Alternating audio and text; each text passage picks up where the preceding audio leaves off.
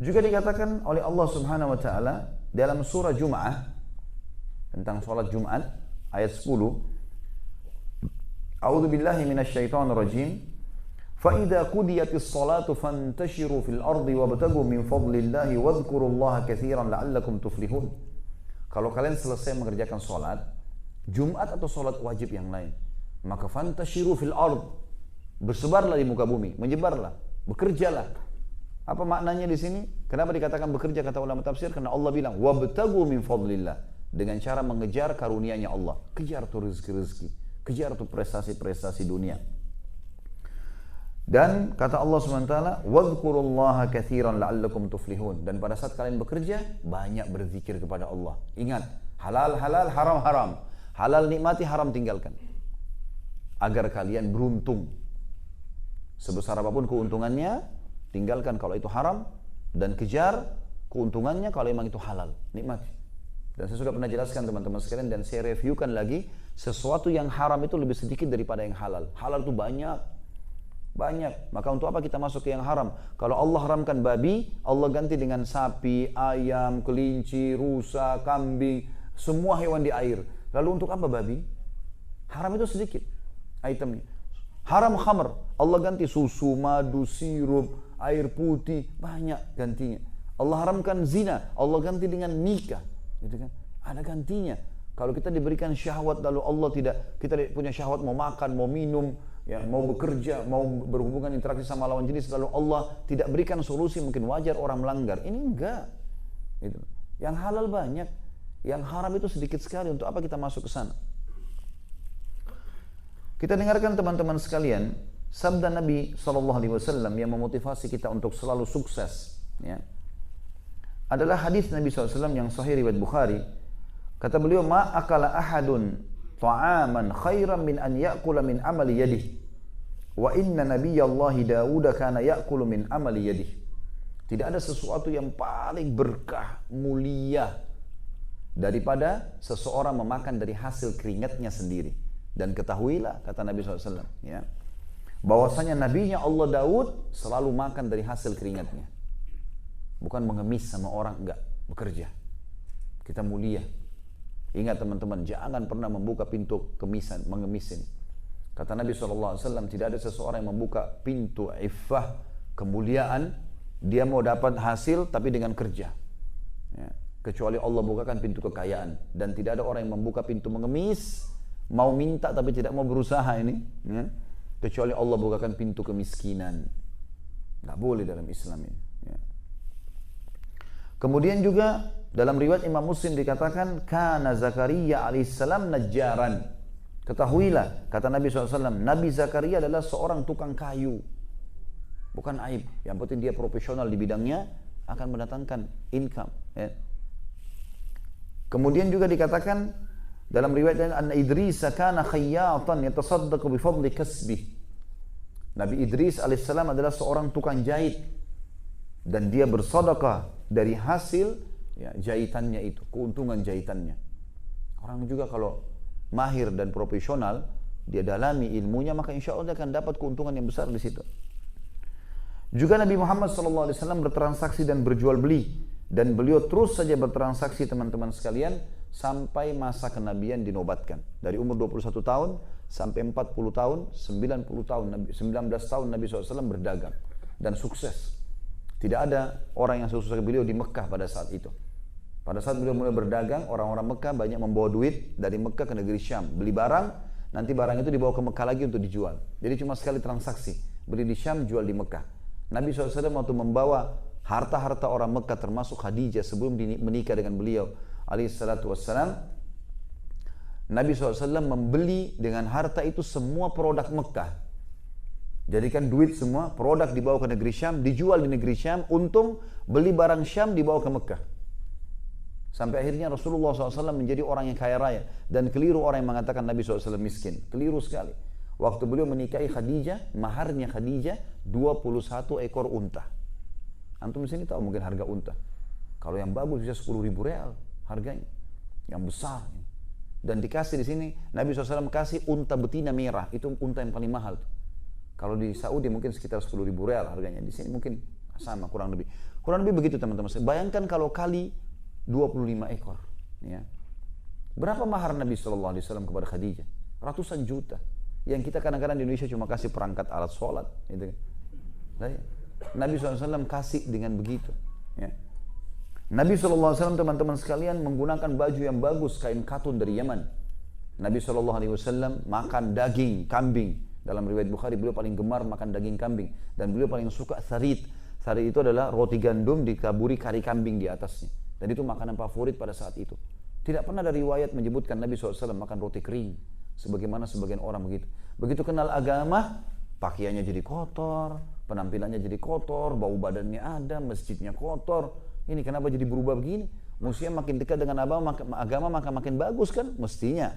Tapi ini enggak. Kok malah jadi jorok ini? Gitu kan? Ini keliru. Ya. Saya punya pengalaman subhanallah. Istri saya mu'allaf, ya, masuk Islam. Awal dia setelah masuk Islam, saya carikan kegiatan. Kebetulan dia punya keterampilan di salon gitu. Kemudian saya bukain untuk akhwat-akhwat yang sudah belajar taklim saja. Ini cerita waktu saya masih di Makassar tahun 1990, tahun 2000 lah. Pas balik dari Madinah waktu itu. Sekitar 17 tahun yang lalu. Maka dia baru masuk Islam, belum terlalu tahu gitu, baru masa belajar. Datanglah banyak akhwat-akhwat kita pakai jilbab besar, pakai cadar, masuk di salon. Udah, di rumah, di teras biasa, di dalam ruangan yang cukup lumayan lah besar. Setelah itu dia mau tanya saya, tapi dia malu karena dia tahu ini dia Nasrani, tadinya masuk Islam. Dia mau tanya tapi dia malu gitu. Lalu dia bilang, maaf ada yang saya mau tanya. Silahkan, saya bilang, apa yang mau ditanya? Dia bilang, apa memang dalam Islam tidak diajarkan orang harus bersih? Saya tanya, kenapa? Dia bilang, ini akhwat semua yang datang ke sini pakai jilbab besar ini begitu buka ketombenya banyak, kutunya banyak, rambutnya bau, gitu kan? Kok malah pakai jilbab besar malah begini nih hasilnya? Gitu. Justru mestinya dia lebih rapi dan lebih bersih kan? Teman-teman sekalian, Ka'ab bin Malik radhiyallahu anhu sahabat Nabi yang mulia pernah lewat di depan rumah Nabi SAW, tidak sengaja lewat. Beliau lihat bulan purnama lagi terang, indah sekali. Saking indahnya sampai Ka'ab tidak mau mengalihkan pandangan matanya. Dia bilang luar biasa nikmatnya melihat bulan purnama itu. Gak sengaja ini depan rumah Nabi SAW, dia bilang tiba-tiba Nabi SAW buka pintu rumahnya, beliau lagi keluar, baru habis mandi, menyisir rambutnya dengan rapi ke belakang, beliau menggunakan jubah berwarna merah, ada garis-garis hitamnya.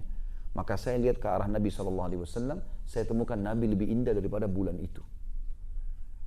Nabi SAW jaga kebersihan, beliau selalu menggunakan minyak wangi, bahkan para sahabat mengatakan kami kalau salaman dengan Nabi SAW, kami temukan baunya sampai 3 hari. Kadang-kadang minyak wangi Nabi SAW menetes dari rambutnya alaihissalam. Dan beliau mengatakan, dicintakan untukku dunia ini karena adanya wanita yang untuk disayangi, ada istri, ada ibu, ada adik, ada anak perempuan, dan minyak wangi, wangi-wangian. Nabi SAW suka menggunakan siwak sehingga giginya bersih, gitu kan. Jadi ini harus dijaga teman-teman sekalian. Banyak orang subhanallah tidak amalkan ini. Mereka masuk masjid, kita sholat di sebelahnya, Masya Allah, ya. Kita rasanya sudah mau lari, ya. Karena luar biasa tidak jaga. Kenapa ini? Berapa harga minyak wangi roll itu? Murah sekali kan. Saya tidak tahu di sini, kalau di Saudi sering kita beli 5 real, 10 real, ada yang di roll minyak wangi itu enak sekali baunya sebenarnya. Atau kalau ada rezeki alhamdulillah beli. Dan ingat, Allah akan berikan kepada kita rezeki sesuai dengan kadar orderannya. Ya.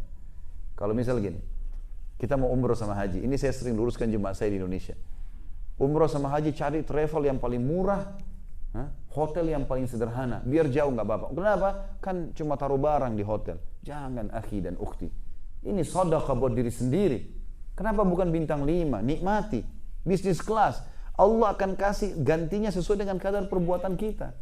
Orderan kita bintang 5, Allah kasih bintang 5. Orderan kita biasa, Allah kasih yang biasa.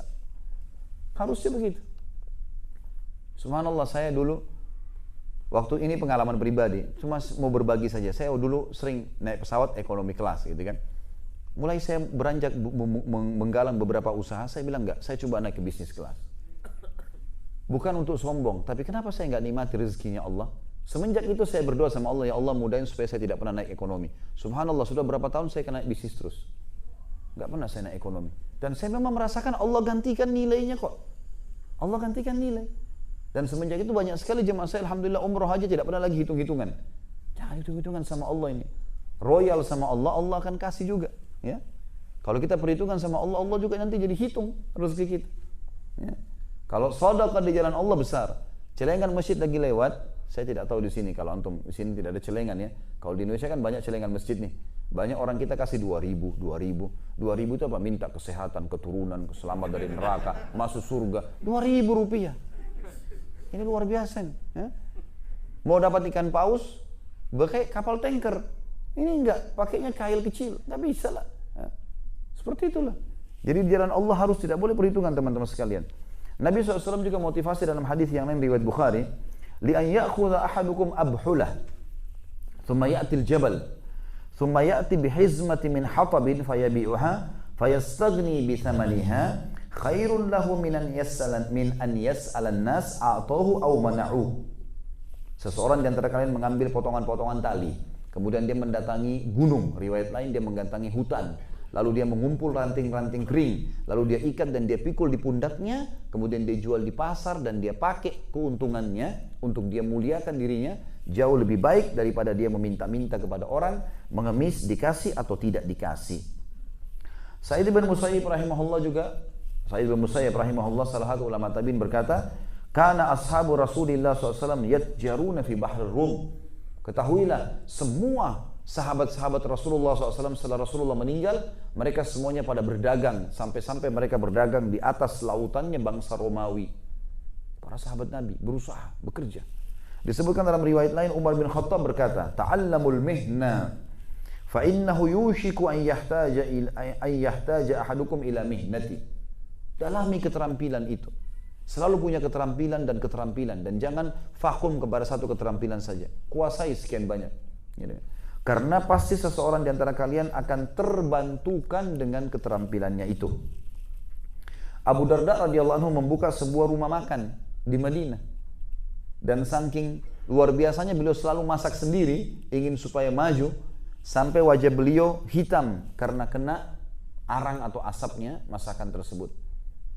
Kemudian Abu Bakar juga dikatakan oleh Aisyah radhiyallahu anha adalah atjarul Quraisy, atjara Quraisy, pedagang yang paling ulungnya Quraisy. Hatta dakhala fil imarah, sampai dia masuk ke kancah politik untuk menjadi khalifah, baru beliau tinggalkan. Juga Qais bin Asim rahimahullah.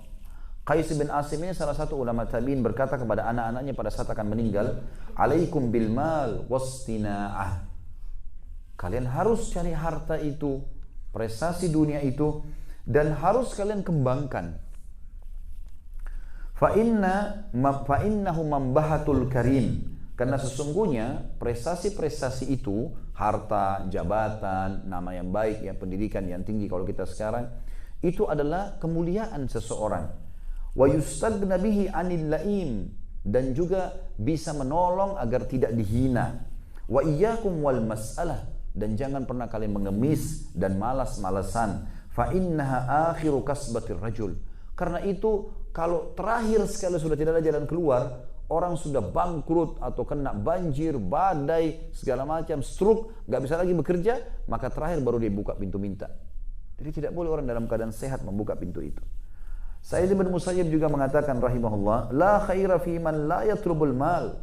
Nggak ada kebaikan bagi seorang muslim yang tidak mencari harta, prestasi dunia. Yaqdi bihi dainah, dengan harta itu dia akan melunasi utang-utangnya. Wa yasunu bihi irdah, dan dia muliakan nama baiknya. Wa yaqdi bihi zimamah, dan dia juga menguatkan kehidupannya, maksudnya mengatur dengan rapi kehidupannya. Wa immata taraka mirathan liman ba'dah, dan kalau dia mati bisa jadi warisan bagi ahli warisnya. Mulia semuanya. Ad-Dahhak ibn Muzahim rahimahullah, salah satu tabi'in berkata, syaraful mu'min salatun fi jawfil laili wa izzuhu istighnahu 'anil nas. Kemuliaan seorang muslim atau seorang mukmin adalah dia selalu salat malam, dan juga kemuliaan dirinya adalah pada saat dia tidak bergantung kepada orang-orang, artinya dia berusaha untuk memberikan atau mendapatkan hasil. Umar bin Khattab juga berkata dalam riwayat yang lain radhiyallahu anhu, maksabatun fi dina'ah khairun min su'alin nas. Bekerja keras walaupun hasilnya masih pas-pasan jauh lebih baik daripada seseorang mengemis kepada orang lain. Luqman Al-Hakim rahimahullah yang disebutkan dalam Al-Quran surah Luqman, seorang yang saleh dari zaman dulu, karena solehnya sampai Allah kekalkan dalam Al-Quran dan diberikan nama surah dengan namanya. Dia berkata kepada anaknya, ya bunayya, wahai anakku, istagni bil kasbil halal, selalulah fokus mencari pendapatan yang halal. Fa innahu maftakara ahadun illa asabathu ihda thalathat khisal. Tidak ada orang yang meninggalkan untuk bekerja dan mendapatkan prestasi dunia dan harta yang baik, kecuali dia akan ditimpa salah satu dari 3 keadaan buruk, 3-tiganya. Yang pertama, riqqatun fi dinihi, pasti agamanya jadi loyo, jadi lemah. Orang miskin itu nanti agamanya gampang dibeli. Sampai kata Nabi SAW, kadal faqru an yakuna kufra. Kefakiran itu sangat dekat dengan kekufuran. Bisa dibeli agamanya dengan Indomie kalau kita di Indonesia, beli dengan beras, ya, beli dengan baju, beli dengan kendaraan, bisa dibeli. Ini bahaya kalau orang tidak punya pendapatan, teman-teman, tidak punya prestasi dunia, bisa dibeli. Lemah agamanya. Kata Luqman Al-Hakim dari zaman dulu nih, dari sebelum Nabi SAW. Kemudian yang kedua, awdha'fu fi aqlihi, atau akalnya jadi sempit. Ya, orang kalau bekerja menghadapi manusia, menghadapi suka dukanya, perdagangan, pekerjaan, dia selalu otaknya ini sinyal listriknya bergerak terus. Dia berpikir jalan keluarnya, masalahnya bagaimana mendapatkan ini, bagaimana menahan ini. Jadi dia hidup. Beda dengan orang yang vakum ini. Orang yang malas, teman-teman, maka semua akalnya jadi pendek. Kita sering melihat orang yang bermalas-malasan, duduk-duduk pinggir jalan, tidur, pengangguran, pendek akalnya. Kita nggak bisa ajak diskusi orang seperti ini. Dia nggak bisa berpikir. Ya. Ini yang kedua. Dan yang ketiga kata beliau, wihaun fi muru'ati, dan juga bisa menghina kehormatannya. Orang anggap remeh. Siapa itu? Tidak ada sekolahnya. Siapa itu? Oh, nggak ada kerjanya. Orang anggap remeh. Gitu kan? Dianggap remeh. Ini yang ketiga. Dan beliau mengatakan, dan lebih parah daripada 3-3 itu, beliau mengatakan wa a'dhamu min hadza istighfafun nasu bihi, penghinaan manusia terhadap dirinya.